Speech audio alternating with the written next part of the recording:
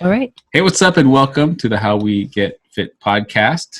This is a show where we talk to people about their fitness journeys. You go get her. See, I'm a go getter. If you's a go-getter, why don't you go get it? Go getter. Mm-hmm. All right, and we have a very special. It's a different show because we're talking to our good friend B. We'll introduce in a second, but he is a what's up, B? He's kind of just starting out his journey, and we're gonna go with him through his journey now. What's up, B? Welcome to the show. Hey, I'm gonna. Hey, thanks Kalani and Shan for having me. Like they said, long-time friends, more like family. Yeah. Absolutely. To be on here with you guys. We're Thank you so excited much for being here. We got a little bio on you, Brian. So Brian was born and raised in Scranton, and he works at a paper company called Dunder Mifflin. Yeah. He is actually the assistant to the assistant regional manager, and he's one of the best salesmen in his office. So thank you so much, Brian, for being here. All the way from Scranton. All from Scranton. Is it cold around this time of year? So, Yeah, as you can see from the background, it's very cold. yeah. Scranton looks great. I've had very few people catch that on my Yeah. on my Facebook. Thank you for acknowledging that. Yes, I love that yes. for anybody Yeah. catches that. We are huge Office fans. Yes. Yeah. So And Brian is a big jokester. He's hilarious to be around. yeah, just super fun. We had to get it up, but but he does have an amazing wow. And so we kind of wanted you to do that. Usually we give a little short background on people, but why don't you give us kind of your origin story? Where you came from, all that kind of stuff. My name is Brian. I was born and raised in Hawaii. Spent a few years in the mainland, but the majority of my life here. Samoan. We moved to Hawaii from California in 1989, and then from then on, I went to school here. We moved around a lot as a kid. I went to 5 elementaries within the 6 years, and one of them twice, so technically it would be 6. Wow. We moved around. I found out later my dad was a spy with the American Samoan government. And Not. Oh, Wow. yes. Was he from Scranton too? People were in the military. It's like, my dad was a spy for the. Yeah. You should just go with that one. But yeah, we moved around a lot, and then so I graduated from my as well as over like 30 something odd people in our family. So we bleed green. And I'm really into music. I do music. I love music. I actually got to know Shanna and Kalani from the church that we both attend. And we've been there. So I'm big into music. I'm big into serving. And now I'm big into making sure I'm around for as long as possible. I love that. So yeah, so that's kind of That's a good hobby. Yeah, the basis of the origin for now. Yeah, absolutely. We could dig into it a little bit. Yeah, the big journey. Yeah. So Brian's got an Instagram called The Big Journey, and it's following his journey through, what would you call it? Your Okay. So how the big journey started was I've been big pretty much my whole life, but I was more of an athletic big. I always grew up playing sports. Okay. Playing, of course, majority football. We did a lot of dancing. I was in our Samoan club going throughout. I was the president my senior year. So I was always dancing, doing, typical Islander things. So I was always big, but I couldn't move. I have an old picture that I can, shucks. If I can find it, I'll send it. Yeah, send it to us, yeah. Picture, me and Marvin was talking about it when this was pre-surgery, where I was still, at Life 360, we have like these probably 6-foot fences, and I could still get my leg to the top, like a kick. Wow. Nice. So yeah, so I was always pretty flexible. Yeah. But at the same time, I always even as a big, I guess because I never had like nothing wrong, it was just because like when I would always go see my doctor, he would always say, "Man, you're the healthiest fat guy that I know." Wow. I mean, like I didn't have high blood pressure. Your numbers were good. Yeah, my numbers are good. Blood pressure's good. Non-diabetic. Wow. So for a long time, I just got away with. Mm-hmm. I just sneaked. And then in 2015, I always remember it's January 6th. I sneezed, and what ended up happening later, I found out was just off a simple sneeze. I ended up slipping the T10 disc in my back. Oh my And God. where the T10 is located, that's right above around like shoulder blade level. Mm-hmm. And when it slipped the disc, it pressed against the nerves that control the lower half of my bottom, the lower half of my body. So in a month, I went from fully active again at the church when I was on staff previously at my church, and on the maintenance team, I was the strong guy. I'm six. Or for those of you guys who can tell, I'm 6'2", and I weigh none of your business. And anyways, so I was the big guy. So I was, I was the mover. I was a strong guy. So moving, just move stuff like that. That's what I did. And so I went in less than a month. I went from being the strong guy to losing the ability to walk. And so from January 6th to February 2nd, I believe, we ran a whole bunch of tests, and it was after seeing 3 doctors and a whole bunch of specialists. I ran a whole bunch of X-rays and CAT scans is when they found out what happened. So I had what's called a laminectomy surgery, where they remove on your spine the T1, 2, and 3 bones, the first 3 bones on my spine, the outer shell of your spine. They remove those bones to relieve the pressure. Oh wow! So within that month, again, when I couldn't feel anything from my chest down. What? So immediately after surgery, I woke up and I could feel the sheet on my legs. So I knew change was possible because I could feel. Oh wow! I could feel the sheets on my legs. So feeling came back. Wow! And then I basically spent the rest of 2015 learning how to walk again. Wow! So to this day, I still I don't have full mobility, and then I still don't have full feeling or full power back in my legs. But like today, I'm supposed to still be using a cane. But one of the reasons I don't want to use it is because mentally I always feel like if one day I don't have a cane with me, then I'm all of a sudden going to be scared too. Right. So, so I took my limits and I took my, I knew my limits and I was good, I was good with everything. But from 2015 on till, 2015 on till pretty much August of this year, I slowly, because I wasn't as active anymore, because like I said, when I was big, I was still doing stuff. Right. Yeah. Because I wasn't doing stuff, my mindset slowly changed to, I felt like I didn't feel like a man anymore.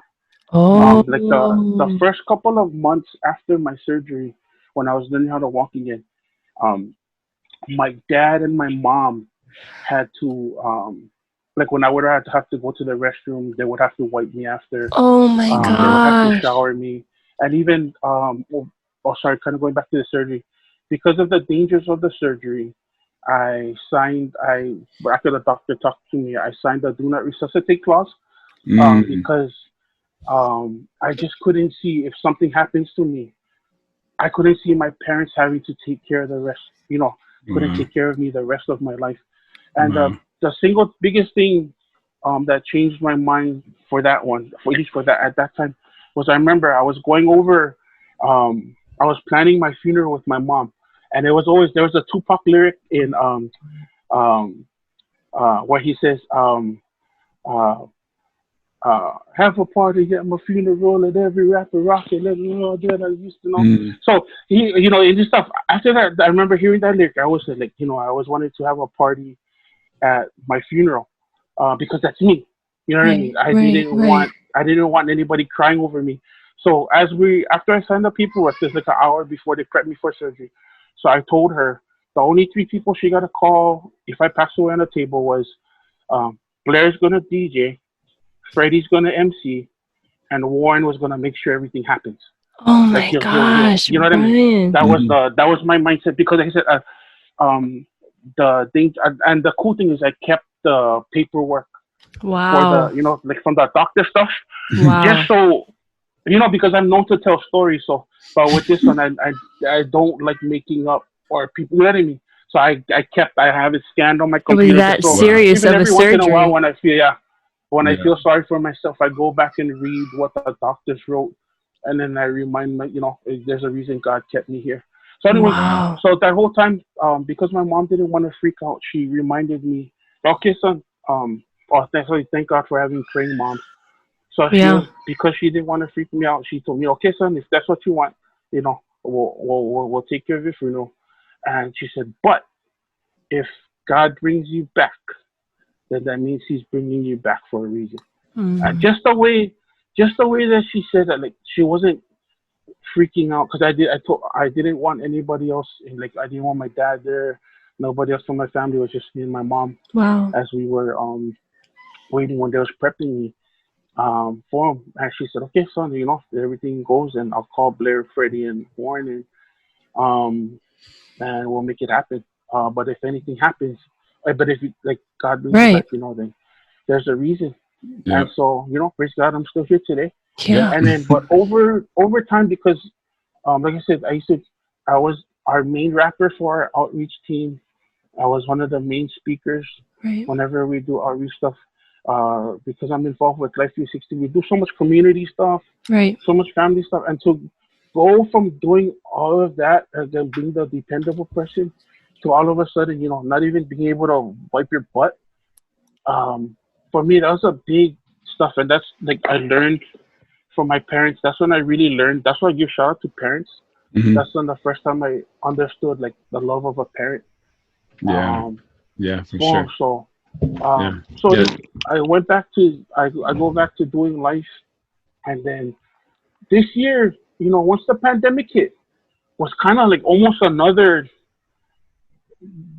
was like you said, as happy as I am, it's very depressing sometimes. The level of happiness I show to people is I can get that same type of darkness towards myself. Wow. And like as the pandemic hit, was just the isolation is not just it's not just a physical thing; it's a mental thing. Right. And like that for me, like because I'm a introvert, I like to be by myself. But sometimes that's also a bad thing because if I'm by myself and then I get that way, I can get very deep. And there was a lot of things that I wasn't doing that I stopped doing, like eating late or eating certain foods, or drinking soda, or eating candies. All of a sudden, I started doing everything again. Oh, wait! So you had stopped my mindset after the surgery? Yeah, just over the years, I stopped. It was nothing meant like I'm gonna stop this. It was just kind of making little decisions. Making a little decision. Okay. Just little decisions here and there. Not eating late. Just, once in a while, either that. But after I would say March, maybe around April, May, I felt like the way I explained it to Blair, I told him I felt like I was in prison, and everything else that I fought and everything else I fought in life, I always know like, I get chance. You know what I mean? I get chances, and in any fight, I feel I have a chance. Right. Except my weight. Wow. That's the only thing. Wow. That I because like I said, I've been big for so long. The difference was because I'm not mobile now or as mobile before, or I really cut down my, you know what I mean? It stopped. It just progressed everything that I was like used to counteract everything I used to do, and so I started doing everything again, and then So this is March, and then what really starts, sorry, that's why the big journey takes so long. It's a big journey. Yeah. Yeah. So the beginning of August, Blair tells me, dude, I need to talk with you and Blair's my best friend. He's like my brother. So I told him, okay, yeah, we'll talk later. So for 2 weeks, he's trying to, he needs to talk to me, whatever. And then after the second week, he goes, dude, I gotta talk with you, and I can't wait till the next time we get in person. And just make some time. So he calls me like because I work for him. We talk like this is after midnight. We're talking about some work stuff because our job is at night, and then he tells me, dude, they do events and stuff, yeah. Yeah, and then we do the DJ together, but on his regular job is his business. Okay, the restaurant. Yeah, so his business. So they clean at night, right? Yeah, so they clean at night. So we if anything we always talk at night because we clean when the restaurants are closed. So he tells me, dude, we gotta talk, and I cannot wait anymore. Wow. And so he apologizes ahead of time, because me being me, I listen to very few people. Like I said, there's very few people. Like I'm a nice guy, but I'm a very headstrong. Like I said, I'll respect everybody, but there's very few things that I'll the kind. So and Blair knows this. So he apologizes ahead of time, but he tells me, dude, I gotta tell you something, and it's gonna piss you off, but I gotta tell you because I have to. And so he tells me that from 2 weeks ago, is he had a dream that I died in my sleep. Oh. And he was saying, he was telling me, I don't know if you gave up, but if you did, don't. Wow. And so, sorry. No. Wow. And so, he's the first person that I tell.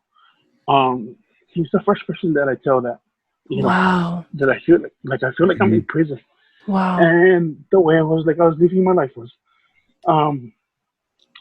the way I was living my life, I was just gonna keep doing what I do till I die. Wow. And so I share with him, and then he tells me before he gets off the phone, he said, dude, I don't know what else to tell you, but write down everything you're feeling and then pray. And that's all I can tell you at this point. So I do that. And so I write down, I have it in my phone, but I write down everything. I feel like I'm in prison. I feel like I'm trapped. I feel like this is a battle. I cannot win. I'm honest. I'm honest with myself. And again, because I use humor so much, it's for myself. It is very easy for me to blow things over. I'll take other people's stuff serious, but when it comes to myself, I never, everything I do for other people, I do the opposite for myself. I can be very open. I can be very loving to other people. I can be very encouraging.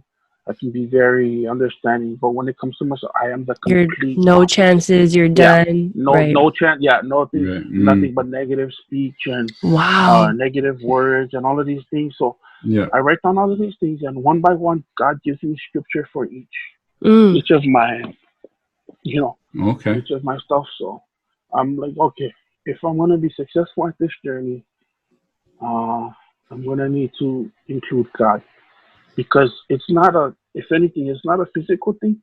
It's more of I believe it's a spiritual thing for me. This is what I believe, and because for me, like when I'm happy, I eat. When I'm sad, I eat. Wow. When I'm bored, I eat. It's like, I remember growing up, like at my cousins, it would be like my cousin's house. So what should I do? Oh, I don't know. No more nothing to do. Oh, we go eat. Okay, shoot. Right. Like, right.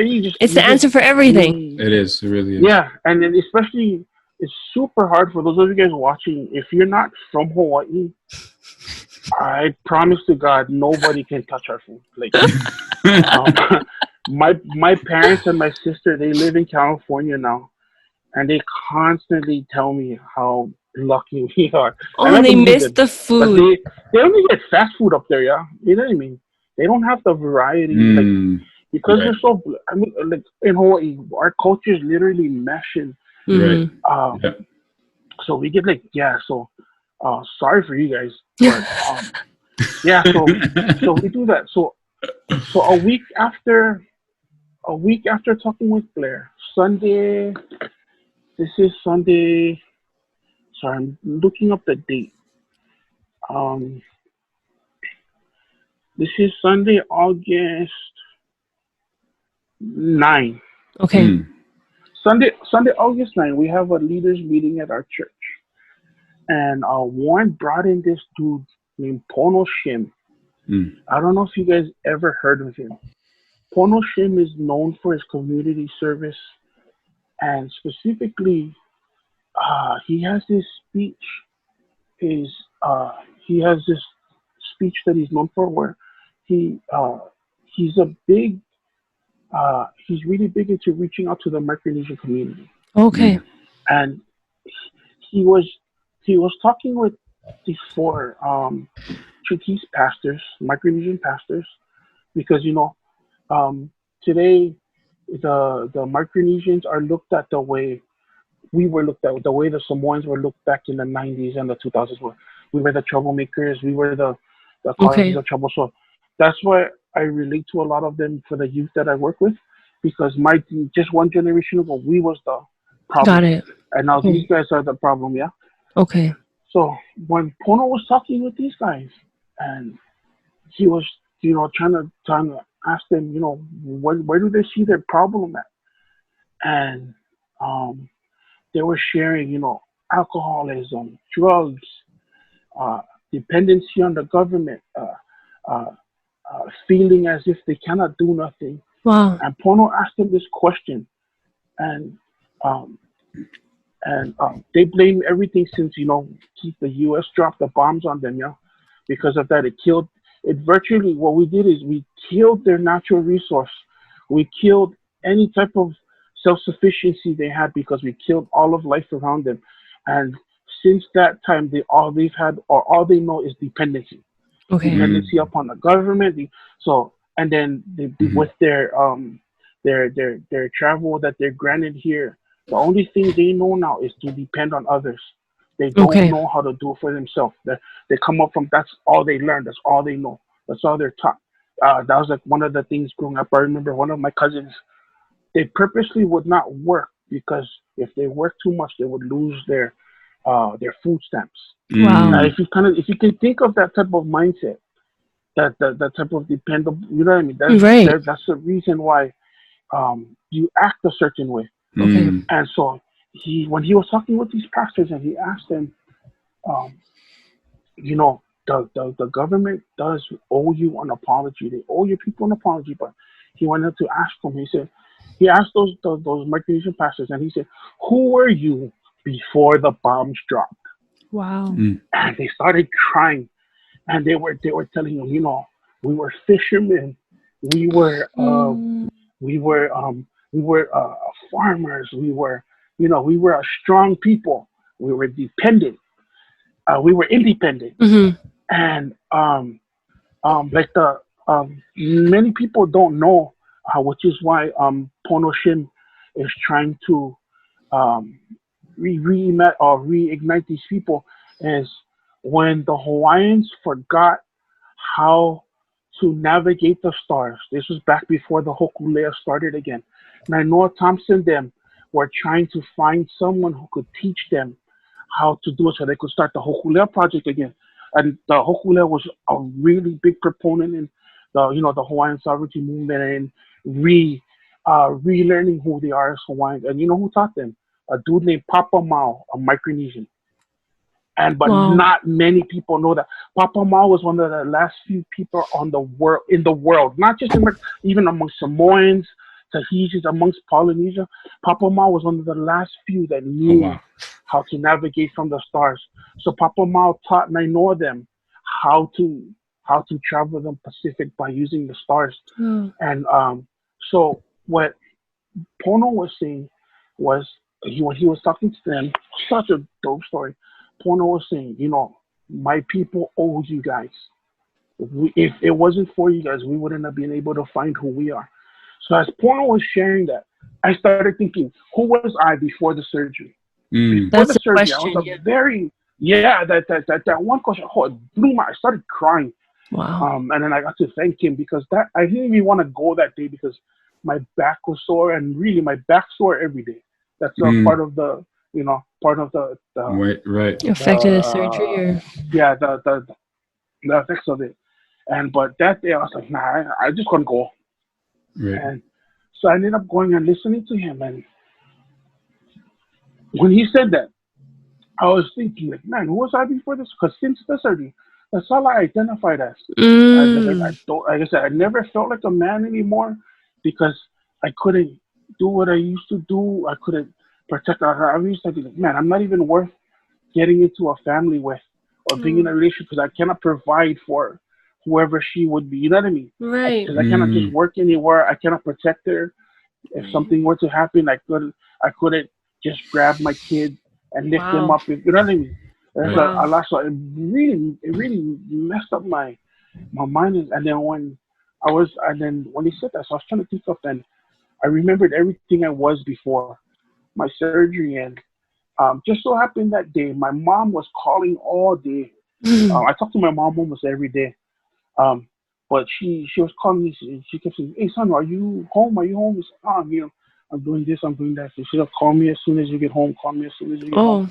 So okay. So finally, I get home that night, and I call her, and immediately she starts crying on the phone. I was like, "What the heck?" I'm starting to think, something wrong with my dad. Yeah. And she asked me, "Hey, how are you doing?"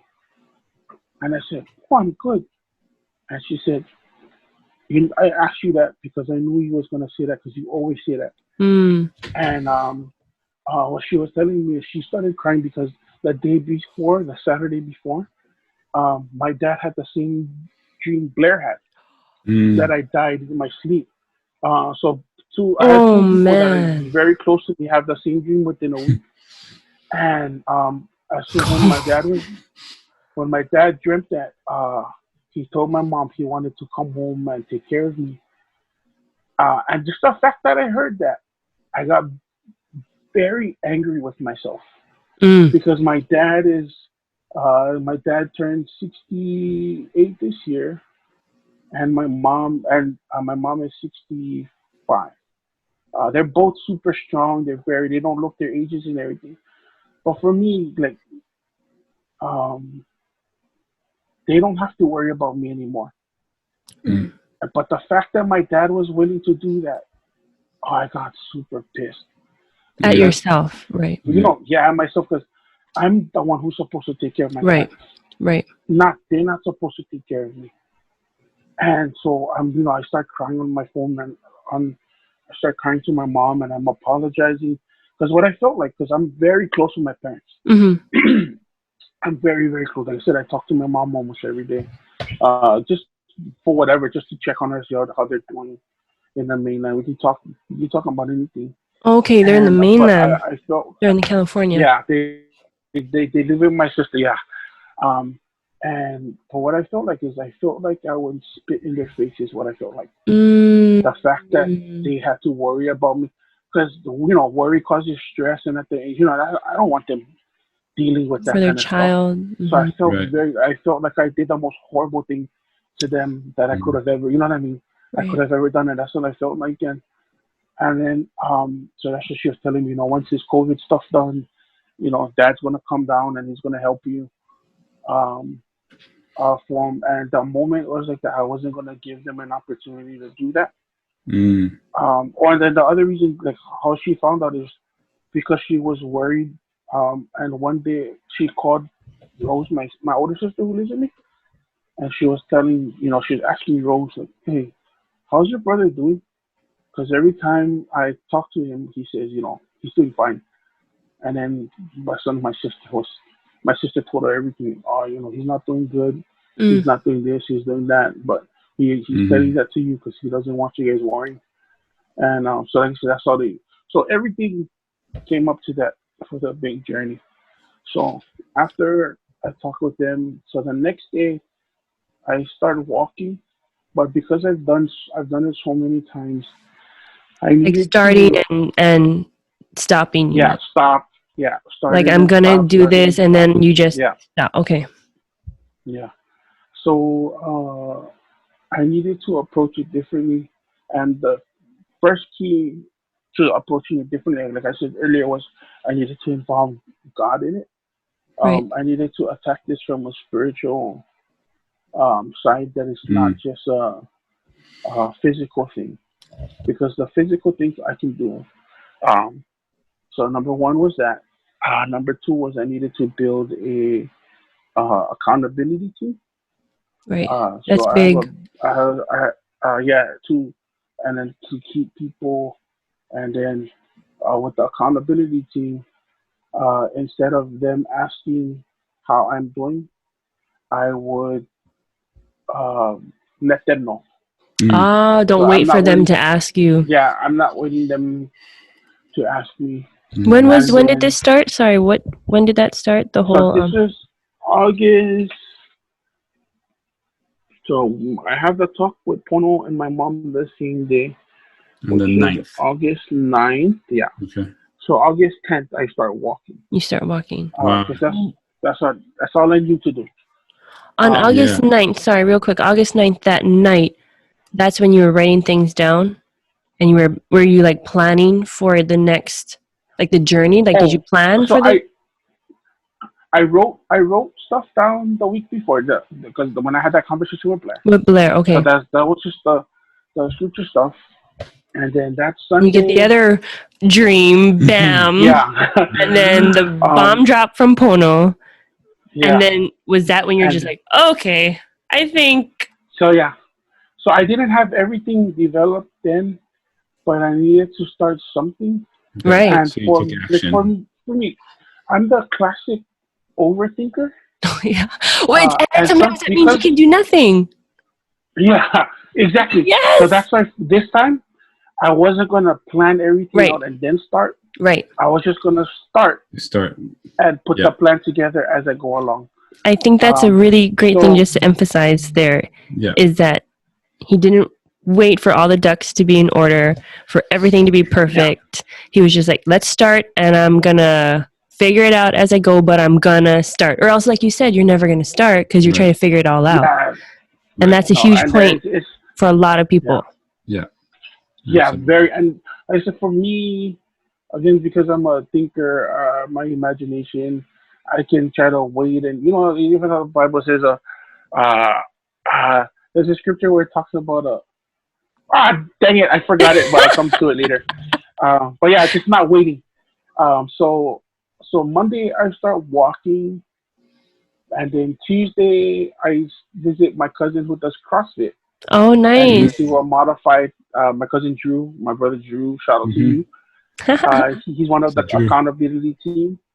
And I jump in Drew. He does a modified workout for me. Nice. He's a coach. So I was doing he does self-taught, yeah. Self-taught, okay, got you. Like, one of the reasons whenever I went to health stuff with Drew, one of the reasons I always go to him whenever I was that kind of Drew himself. Oh yeah, you guys should interview him. He maybe like 10, 11 years ago. For him, he got up to 280, I think, and for him that was big. Okay. And so when he decided to work out, he's been fit ever since. Wow! Oh, wow! So for over 10 years, he might have gone a little up or a little, but 10 years. It was his lifestyle. He's been it became a lifestyle. Wow. For him. So that's why I knew there was somebody at that point who could take it more seriously than me. Because I remember the first day I went, I told him, we did a 10-1. And I told him, Sully, I'm only going to do 10-5 because I know I'm only going to last that long. And he starts laughing. He said, no, you're going to, you stop. If you cannot go after 5, then you'll stop. But if you can keep going, you're going to keep going. Ooh, I like that. He's pushing you. That's awesome, Brian. He's one of the few people, because I've grown up with him. He's my first cousin, but he's really like my brother. Okay. He's one of those few people that I'm gonna listen to. Right. So yeah, and because he knows me too, he knows when I'm lying. When that's important. No sandbagging around him. No, you're not. Yeah, you're not quitting until you until you cannot do them. Otherwise, you won't finish this. And I ended up finishing him, and I thank you because Wow. that one click, that one instance gave me my mindset that I cannot premeditate my effort. Because that's what I was doing was like, okay, I'm only gonna go to 5, or I'm only gonna do this, or I'm only gonna do that. Okay. What I learned from that was, if I whatever stuff I determined to do, unless I cannot absolutely do them, I gotta give the effort as if I'm gonna do it. Like, Right. don't sell yourself short. Yeah. Right. So that one lesson he taught me that, and I kind of kept that mindset. So I was crossfitting for maybe 2-3 weeks. But for me, one of the downsides from my surgery was my recovery time, because you know how everything's connected to my spine. Yes. My recovery just takes long. It takes a lot longer than normal. So you mean recovery from workout? Recovery from workout. Okay. Kind of recovery from anything. Okay. Recovery, yeah. It's just that's one of the side effects from the surgery. Okay. So I tell him, I'm just gonna go walking for a while, and he's like, dude, do whatever, man. As long as you know, if you gonna walk, keep that same mindset. Right. Don't start something and then quit if you're just a little tired or stuff like that. Okay, so I start walking, and my first day, from like that Monday, that Monday, the first day of walking, I walked 0.9 miles. I just walked down the street and back. Wow. That's and good. I remember I was huffing and puffing. By the end of September, because what I did was I counted August as kind of like my buffer month. Okay. And so I used September as my first full month, because one of the apps I use is called Pacer. Pacer. Okay. Pacer. Okay. Yeah, I love in Pacer. It's a free app, but there's a whole bunch of things you can join. Like there's a 50K challenge, a 100K challenge. There's a do a 5K, walk or run it at one time. There's a 10,000 step a day. So there's all little challenges, and because it's visual for me, I like it because I see all of my accomplishments. Yes. Yeah. Because I don't have a Fitbit or an iWatch, so that's the one thing that I like. So I started doing my walking, and so my first day, I did less than a mile, and by the end of my first month, I was doing the end of the first. So from middle August to middle September, I was doing 3.5 miles. Oh. And by the end of September, I did a 6.5 mile. Brian. Yeah. Wow. So I tend to overshoot sometimes. Like, my mindset was, so what I learned was, because of my push in October, it pretty much sidelined me for most of November. What happened was I ended up developing shin splints, and I hurt my ankle. Oh. And because I kept it was about one of the things I started doing was I would walk from work to home. It's about a 3.5 mile walk. Because I didn't want to walk at night, because for those of you that I have super bad vision. Yeah. And walking at night is it's like a. You may not make it home. I take a flashlight with me because it's a gamble. Tripping on rocks and all kinds stuff. So what I would do is because I would finish work between 3 or 4 o'clock, and then I would walk home because it's still bright. Wow. So I was doing that for about a month, and then, but as I was doing it, because there's so many uneven, surfaces and uneven, there's little hills here and there. My ankle started bothering me, and my shin, and then I would start having to take a break, like one day.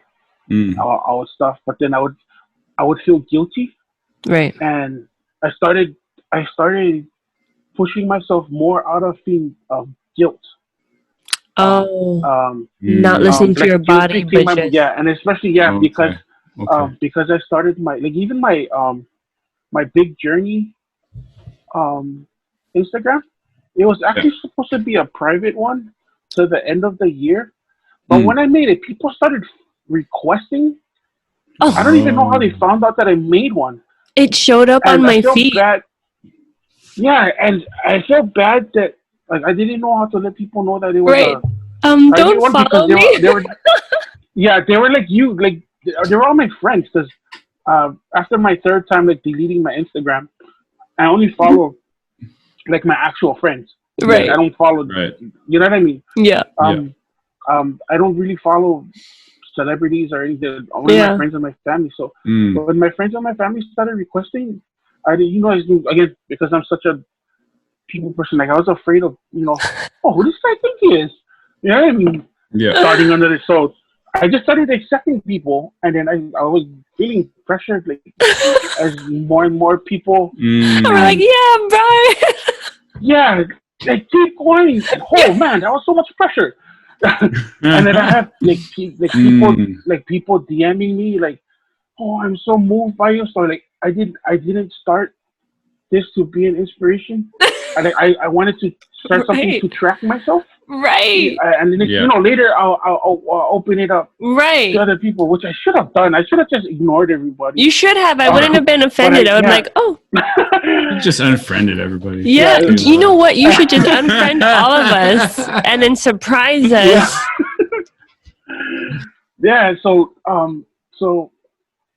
anyway, so I saw Dr. Chen. Shout out to Dr. Chen from Kaiser. Their sports medicine. Yeah. Oh, sports medicine. So okay. what he told me to do was to take the month off of November to rest. Yeah, to rest on my. It was no walk November. The more I was pushing them, the more like I said, I'm a pretty good. I can tolerate pain pretty well, but it came to the point where, like, I honestly couldn't. Like, I still gotta walk the regular stuff. You know what I mean? Not just working out, and then I get part of the guilt. My stuff. So I had to remember one of my scriptures. I went back to is I had to remember that who the Son sets free is free indeed, and it's not just from the overeating or anything, but that comes from the guilt too. So I had to change my mindset that I'm working out because one, I still believe I have a call in my life and I gotta be around in order to fulfill it. And number two, like, dude, like I enjoyed walking, bro. Yeah. Like really? I started getting a high, like, okay. You know when you have a good sweat, like a good push. Yeah.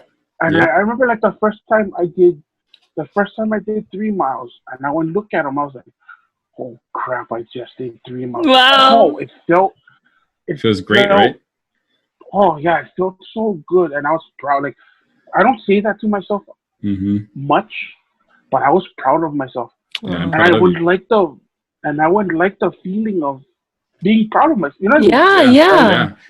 And then when when November hit, I had to remind myself that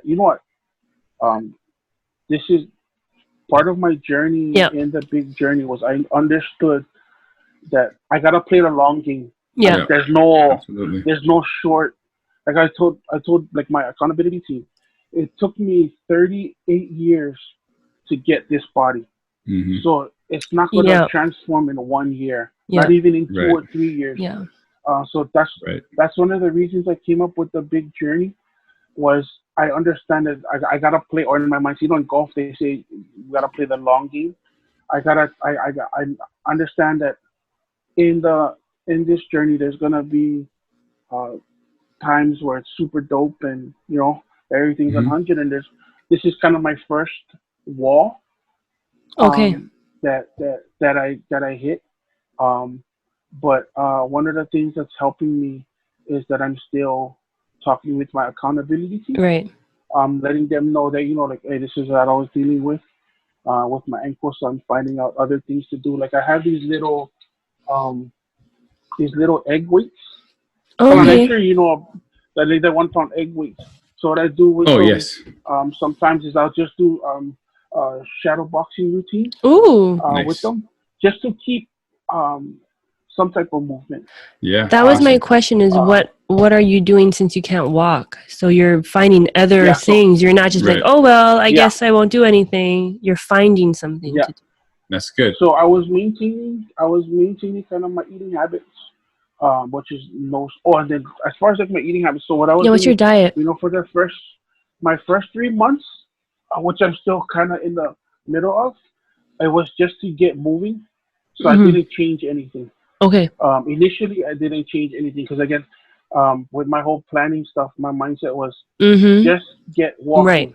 If you can just get walking, and then what I learned was I think it was like a month into it. It was a month into it before I realized I went like 2 or 3 weeks without eating candy, and I was doing it subconsciously. Oh. Like you just didn't want it. And then when I realized it is because when I started realizing like, hey, I'm starting to put in work, and if I'm starting to put in work, I don't want to do things that are going to jeopardize the work that I'm doing. Right. Sabotage yourself. That stuff was supposed to come later on in my plan. Because my first 3 months, I was just going to, I was going to still eat, do whatever else I wanted to do as long as I get moving. I like that. For me, my whole thing, I need to get moving. Yeah. And then, but like I was sharing with Drew, so I started making changes without even realizing. And it says, yeah, that's kind of it's a natural byproduct of doing the walk-in. And 3 weeks without candy is a big deal. Just want to say that. That is a big deal. For me, that's huge. That would be huge for her too. So, yes. So that was kind of the stuff. So slowly I started cutting stuff out. So like if I eat fast foods now, it's Subway. Okay. And then once in a while, if I want a burger, then I have a burger and I won't feel guilty about it. Okay, because I'm not having it every single day like I used to. Like, that was one of the things. Like once in a while, if I wanted a soda, I would have a soda and I wouldn't feel guilty because I used to, whenever I'm in that season or shame and guilt. Oh, that's like that's like self-harm. Right. It is, yeah. Right. Form, and I had to as long as I kept thinking of things from the journey mindset, then I wouldn't I remember, I can't drive because of my vision, but I remember one time, long time ago, Pastor Fico took me driving, teaching me driving. This was he was a speaker. We went to. I've had multiple people teach me or attempt to teach me how to drive. They were all horrible. My dad's a yeller. My little sister's just like my dad. And don't. So anyways, Pastor Chica took me to Kihi Lagoon one day. Okay. And he tells me, okay, just start. And I'm gripping and the car's shaking. And then he told me, he stops. And he said, Solly, when you're driving, don't look right in front of the car. Look ahead. Because you're looking right in front of the car. You're trying to correct all of the little. Don't worry about that. Look ahead. And then when we started driving again, because I wasn't looking directly in front of me and I just was looking ahead, we were smooth. Mm-hmm. And the principle that I always remember from that is if you only look directly in front of you, you'll notice all of the little things. Mm-hmm. But if you look ahead, those things were little. They don't matter. And you have the big picture. And so the big picture stuff. And so that was kind of all of these little life lessons kind of had to bring me up to this point, right? Which is where the we are with the big journey. Big journey. So that's kind of where I'm at today. So I said now, as of December 1st, my ankle is feeling a lot better. And I was supposed to start, the goal was to start walking again today and posting, but due to the other stuff, I'll be doing doing other stuff. Like I said, I have my shadow boxing. I did last week I did a Muay Thai YouTube workout. Oh, nice. Man, that stuff is hard. So they gotta be so flexible. Oh man. Yeah, but that's one of the things I got to I need. That's good. Just a movement. Wow. And it's Yeah, I just look up different stuff on YouTube. Yeah. There you go. Forms should say they can't walk. And yeah, just do them, and then I do them as long as I can. Yeah. Because most of them is like high intensity stuff. Right. Yeah. So I just charge them, and as long as I think the Muay Thai stuff, I went like 7 or 8 minutes before my legs are spent. But that's good though. That's good. Yeah, that's good that you're doing something. So that's for me. That's the goal. Is if I cannot walk, I gotta do something. Because then if I do something, then at least I can say like you did something. Right. Versus just not doing nothing. Not giving up. Do nothing anymore. Yeah. I cannot not do nothing anymore. Yeah. So that's how the big journey got up to. So yeah, that was supposed to stay private to the end of the year. Surprise! But now it's at the big with 2 G's. So I got some questions. Right? Yeah, at the big journey. Yeah. I have questions I want to ask. Okay, so I wanted to know, one, have you seen progress from August 9th? Like, okay, are you open to sharing your goals? Like did you have a weight goal? Did you have a loss goal? So like, kind of talk about that. Like, what kind of goals did you set? My ultimate goal is 250. And can you see yourself in your mind? Like, do you have a mental picture of who you want to be?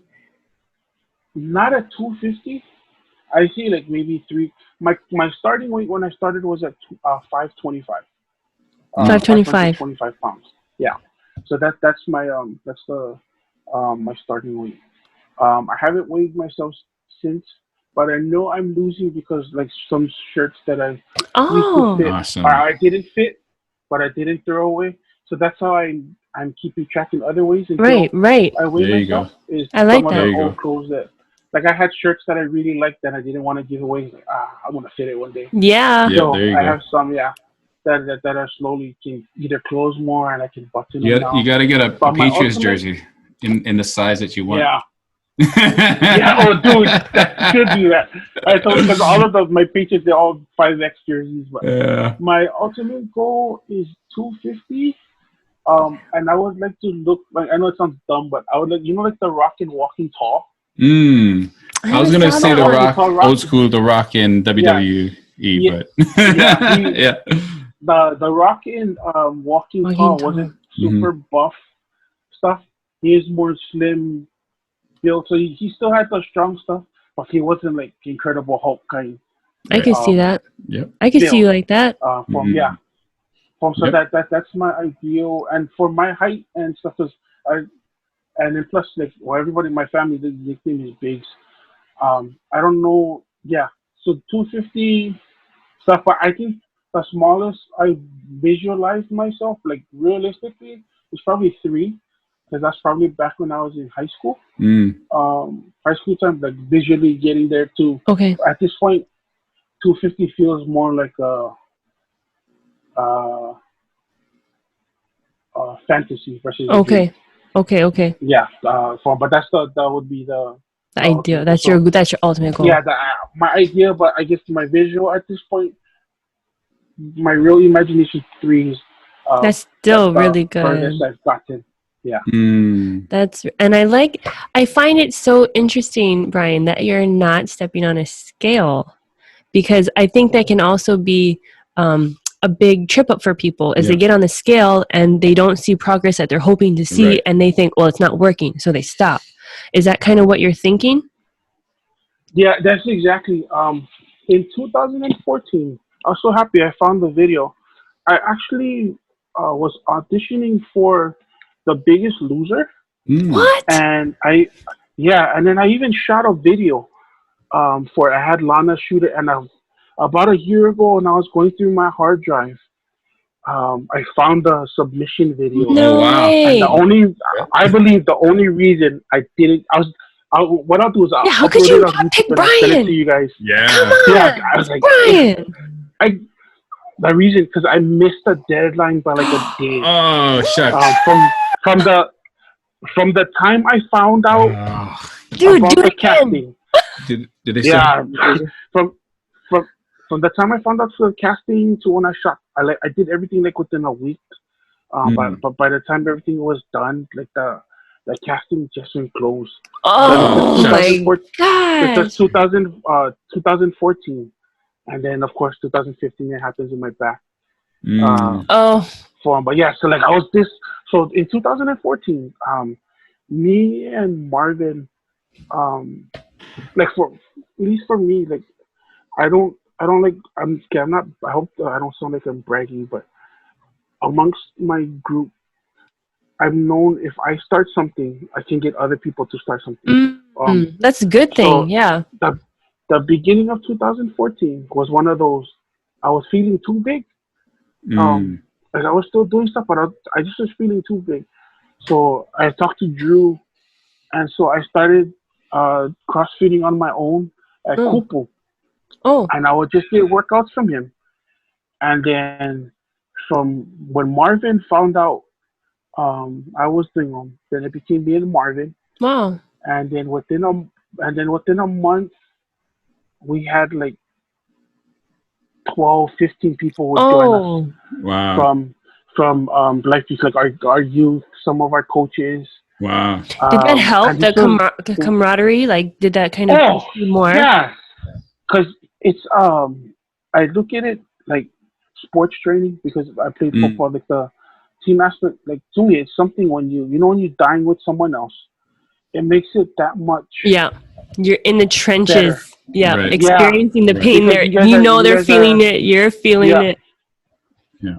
You guys are both dying together, and then Yep. you guys are both recovering. Yep. Everybody's on the floor breathing hard, Yes. Yeah. but you guys all know you guys all finished it together. Yes. So we were doing it for a good 6 months, and when I started that, I started at 480, and then at the end of the 6 months, I got like to 463, Wow. and then um, so we did that, and then we went to our California trip, and then we came back, and then I would like from CrossFit, I started getting into swimming because of Daniel Quindeca, because you know how we were at Kupu and we were wanting to switch up stuff. I it was a day where we were doing heavy lift, we were doing power cleans. I ended up hurting my my knee, so because I couldn't figure anything out, I figured, I'll start swimming, and then I got really into swimming. So I went from like laps doing CrossFit, like right behind him. So I'd go Right to behind the him in the beach. water. So I'd go to Alamoana. I just swim from one end to the other end. Oh no! Oh, that's like yeah. So huh? Bull was doing that, and then when I started talking to Daniel, like, just figuring out one of the things cool about like the health journey is how when you figure stuff out on your own. Yeah. Like I started, I just started asking Daniel, more efficient ways to swim. Okay. And like he was telling me, how to turn my hand, how to kick better, and in doing those, I was getting better times in swimming. Oh wow. Form. So yeah, they were really because I messed up my shoulders, lifting, from high school, and then doing the CrossFit. It was really good in building my shoulders. Yeah. Yeah, that rotator cuff, right? Yeah. So 2014 was a really good. Like I was strong, and I was getting there. And then awesome. 2015 happened. The sneeze. And everything just sneeze. Yeah. Everything went downhill. How did you know it was the sneeze? I've been waiting to ask this. How did you know it was the sneeze? I knew it was a sneeze because I remember I told Daniel we were in the office, and when I sneezed, I felt like a shock just shoot through my body. Oh. Like you felt it slip. I felt like I got electrocuted. And I remember telling Daniel, "Yo, that's weird." It's Uncle Daniel, not Daniel. Uncle Daniel.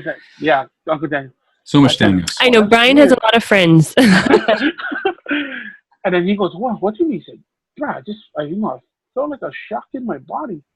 And so this was like 4:30. This happens, and so I feel the shock, but I'm still normal.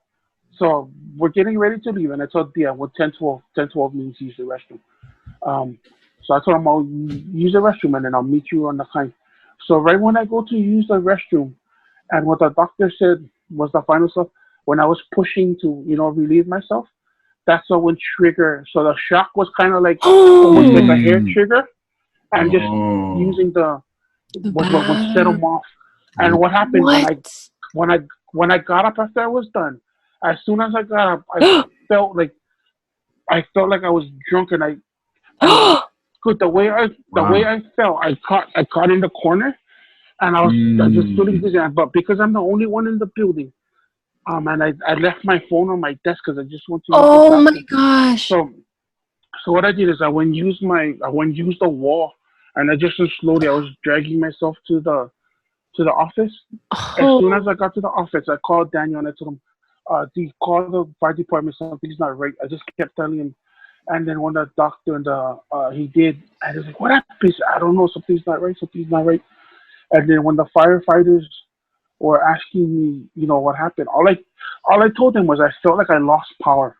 I Mm. felt like the lower half of my Oh. body lost power, and I Mm. cannot stand on my own.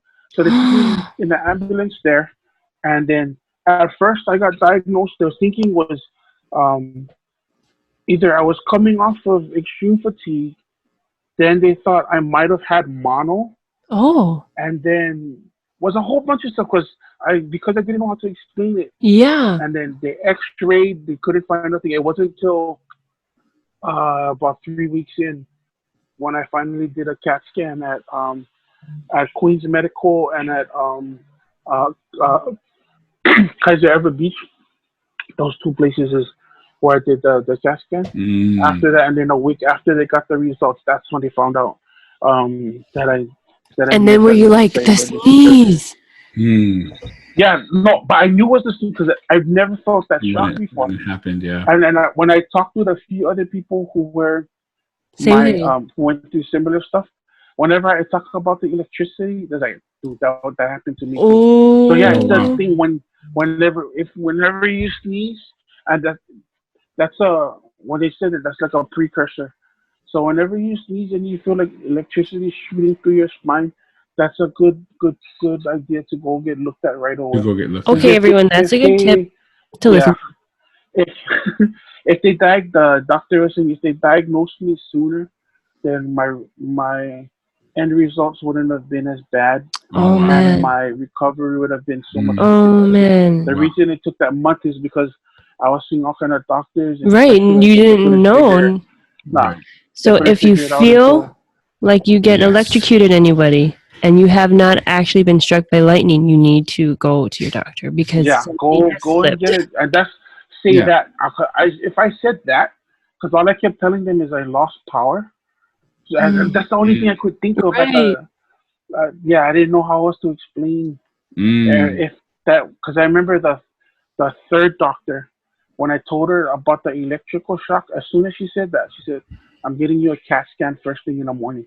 She Oh was the one who found Wow. and she was the third. She was wow. the doctor was asking if Wow. I decided I was just using the wrong wording. So how much does it affect you But now? yeah, How much does the um, back affect your journey now? for one, so like, the other thing how Shanna talked earlier about my results is I can stand longer.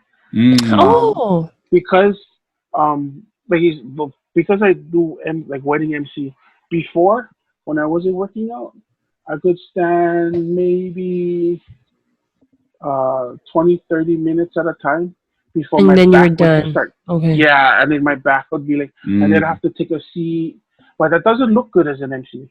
And Right. like I Yeah. I I'm I just gonna think talk from I here, thank guys. God. Yeah, I thank God that I'm good enough at it that it wasn't a Right. problem. Um, like I got away with it, and like if I would do it, I would like find little breaks to do it, and I would hide like around the corner Okay. when I'm Mm. not needed or anything. For 'em.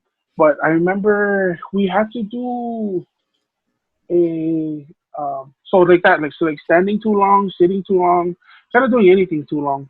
Right. Um, it just kills my back, and again, because my legs are not at full strength anymore, they just get tired a lot faster. Right. But I remember we did like one of the things I stopped doing was from the beginning of the pandemic. Every Sunday, we would go and deliver food to like our kids for our areas. When he says for the kids, they work with the. Sorry, Brian. I just want to. Sorry, just so the listeners know. Okay.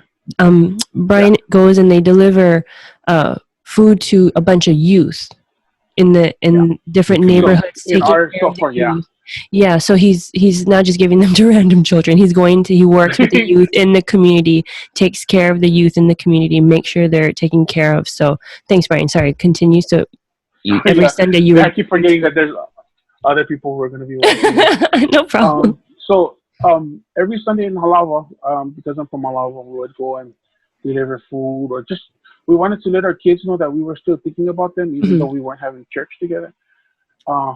But it started taking a toll on me. And so after the second or third month, I just stopped going out completely. And I would just do the notes for them, while the other team would go out and do stuff. So I remember when we did our first like food delivery, and for me it was my first in a while. And we did one at where? I forgot where we did it at. But I was with them the whole day. I didn't sit down once. And at the end of the day, that's when I realized, like, this training isn't just for my physical. Wow. This training is to help me do what I love to do. Oh, yeah. Right. Yeah. This was after you've been walking. This was a month after walking. Okay. I could do all of that. I could just stand and I could do. How important. Awesome. Yeah. So that's the kind of results. That's when I knew. Yeah, that's when I knew the results. Like, that's how I could measure my results. So it's kind of like your the thing that actually is like a struggle to get past for you to work out is actually the workout is actually helping you overcome that struggle as well. If that makes sense. Does that make sense? Who would have thought that? The thing that I needed to do was actually helping me do what I want to do. Yeah. No, that's good. I think we have a lot. I'm just like, Brian, wow. We had such great information from the accountability group that you have to just overcoming this measuring success in a different way. Yeah, absolutely. Overcoming the guilt. I think that's because that stops a lot of people. Yeah, because they feel bad. I had pizza for dinner when I said I wasn't going to. What's the point? And I just give up. And they give up. Yes. But I think you're off to an amazing start. Yeah. December. I'm excited to hear about what happens in December. I know. So before we move on to the lightning round, which is coming up, what is something that you want our listeners to take away from this interview? I know everybody says, like, stuff sounds cliche. Like, you can do it. All you gotta do is start. But honestly, the simple advice, I like, like how they say, just do the basics. Mm-hmm. Like, they're the basics for a reason. Like, they just work. Like Right. Just walking for years. I remember my doctors would say, just go walking. Yeah. But I never knew walking would actually work until it started working. Right. So, it's bad sometimes that we get so, we want that splash, or we want that big, because, when you look at social media, when you look at TV, like, it's always the big thing that gets the attention. Right. So everybody wants the big thing, but honestly, not everybody's gonna get that big thing, or not everybody's gonna get that shiny moment, or not everybody's gonna get that stuff. Yeah. And like, for me, I had to be okay with it. Like, like, for everybody else, this might work for everybody else, but for me, I wouldn't just gonna start. I will do this one thing. I just gonna start here. Yeah. And that's not nothing profound. Right. That's not nothing mind blowing. But I found out that if I just do that, and then if I like for my accountability, if I just talk to them, if I'm honest, like all of those little things, like bro, they just like they're they're a reason. There's a reason that they're the standards because that's that's what we build. Like I would love to be Kalani and do MMA and do all of that stuff, but I cannot. At this point, I cannot. But what I can hardly do that now. I can walk. At this point, I can walk. At this point, I can shadow box with some weight. At this point, I can do something. Yeah. So yeah, that's my encouragement: is don't look for the big stuff. Just find that one thing that you can do. Yeah. And just start on them, and don't start on them because I'm telling you or anybody else is telling you. If once you decide for yourself that you want to start, just go with it. Yeah. Start small and start. That's awesome advice, Brian. Awesome advice. Yeah. I like that. Thank you so much. That was great. Go getters. I'm calling my our audience, listeners out there, go getters, because you guys are gonna go get it. Nice. That was an awesome interview. And before we let you go, Brian, we're gonna go into the lightning round. Awesome. I love lightning. Let's have a little bit of fun. We're gonna ask you 10 questions. May or may not have to do it with fitness. It might just be random. And lightning round, meaning try and answer as fast as you can. Not everyone is successful at that part in the game, but yes, I don't think anybody's been. No one's been real lightning-ish, but we're gonna try. Ooh, I can be the first then. You could be the first. Like no one just answers off the top of their head. So let's see if you knew this. Think. Yeah. Okay. Ready. Number 1. What office character are you? Michael. Michael Scott. Straight for the gut. Okay. Your go-to cheat meal. Cheeseburger. Oh, me too. Okay. Favorite Chris Pratt, Chris Hemsworth, Chris Evans. Oh, Pratt all the way. Yes. Kalani's too. Okay. Proudest fitness moment. When we did a 10-to-1 with CrossFit and Marvin back in the days, and the fact that I could barely breathe, but we finished it. Finished it. Let's go. I love it. Okay. Favorite superhero and why? Spider-Man, because he was a nerd, and I always wanted to go to New York City. Nice. And he's super likable. I really like Spider-Man. Yeah. Okay. Besides you, favorite rapper? Jay-Z. Oh, Jay-Z. Okay. A song that pumps you up to work out. Like it comes on and you're like, this is... Right, Bang Bang Bang from Big Bang K-pop. I'm reading K-pop right now. Yeah. What? Nice. Okay, I'm going to look that up. Yeah. Bang Bang Bang. Eclectic. Yeah. I just gotta say that. I'll send you the link. I can't wait. I mean, just you wouldn't look at Brian and be like, oh, K-pop. Yeah, you just... Very eclectic taste. Yeah, he's Brian, and I love it. That's the best thing about him. Okay. Would you rather eat a dozen live flying roaches, or every time the Patriots, which is your team, I see the hat, every time the Patriots play, you can't wear the Patriots jersey. You have to wear the other team's jersey at every game. You can't support roaches. You need the roaches all day. Roaches all day. I refuse to support any other team. Yeah. Oh my gosh, I love it. If you haven't seen the B-52 bombers that are the cockroaches in Hawaii, that is a big deal. It's huge that they're alive and they fly and they have hair on their legs and they're like 2 to 3 inches long. Brian, that is some fandom. Passion for the team. Six Super Bowls. Let's go. I was Okay. gonna say, was it this year's record that made you start this journey? Yeah. Oh, that was another another motivation. Yeah. Okay, last question. Will you come back on the show and tell us your progress? Yeah. Awesome. Yeah. Let's do it in 6 months. 6 months. I love it. Okay. 6 months. Yes. We would like to be part of the accountability team. So you come back on here and so we can see how much you've not grown, shrank. Yep. What shirts are I fitting? like that. I like that. How much you shrink? Yep. Definitely, yeah. Seriously, thank you guys. You guys have always been friends, family, Yeah. and just to add you guys, I can add you guys to my accountability team. For real. Is awesome, and yeah, I can't wait to follow. We're honored, Brian. Honored. You guys, yeah. Thank you so much. This like I had no idea your story is. I mean, it was moving me and touching me, so I can only imagine the listeners as well. Yeah. And I just can't wait to see where you go from here. I'm glad that your Instagram did go public because I believe that your story needs to be heard. Yeah, for sure. So right now, people needed it in 2020. So, where can people find you at, Brian? Well, you can go look at the Big Journey, the Big with 2 G's journey. I need to.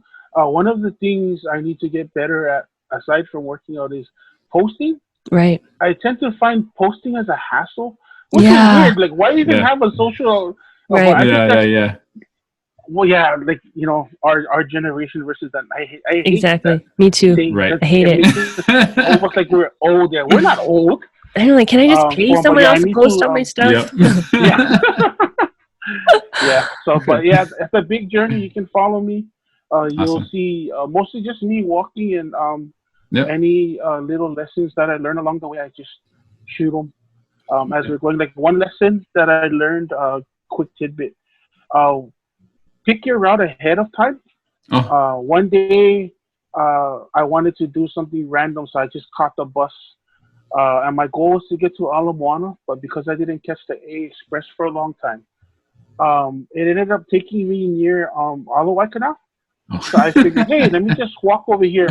But because I never walked at the Ala Canal, I didn't realize till halfway in, there's no public restrooms there. Oh no! So I think this is a good thing when you're connected. That's a good tip. So I was trying to think. I was like, I was getting ready to call Marvin because Marvin told me he was gonna join me, like to bring an ear because I'm about to go in my pants. Bring an ear. So I call Marvin. I tell him because Marvin, he drives for Roberts, so he knows all of the, all of the secret places. Drivers know where to use the restroom. Yes. So, because you have to, when you're connected with the right people, you can make the right call. You get it. Yep. So I call him, Marv, I'm here. What's the closest bathroom? So he thinks and he tells me, okay, go 2 blocks up. Go to this hotel. Right when you go to here, just take this left, this right, whatever. Wow! So he was the man in the chair. He was, and nice. He made Ned. Like I just made it. Like, yeah. All of Waikiki, thanks you, Marvin. Yeah. So my lesson was that is sometimes freestyling your routes is not the best. Your route. So one of my my notes, my tips for you guys whenever you guys start this walking thing, because it does get fun, is know your routes so that you can plan your exits ahead of time. Good tip. Good tip. I love that, Brian. Awesome, Brian. Well, you have definitely motivated, inspired, and equipped our listeners. Thank you so much for joining us on the podcast. Brian. Go check him out on the Big Journey 2 G's. Chee-hoo. Yes. Love you guys. Thank you guys. Love you, Brian. Thank you so much. I can't wait to have you back. You go get her. See, I'm a go getter. If you's a go getter, why don't you go get it?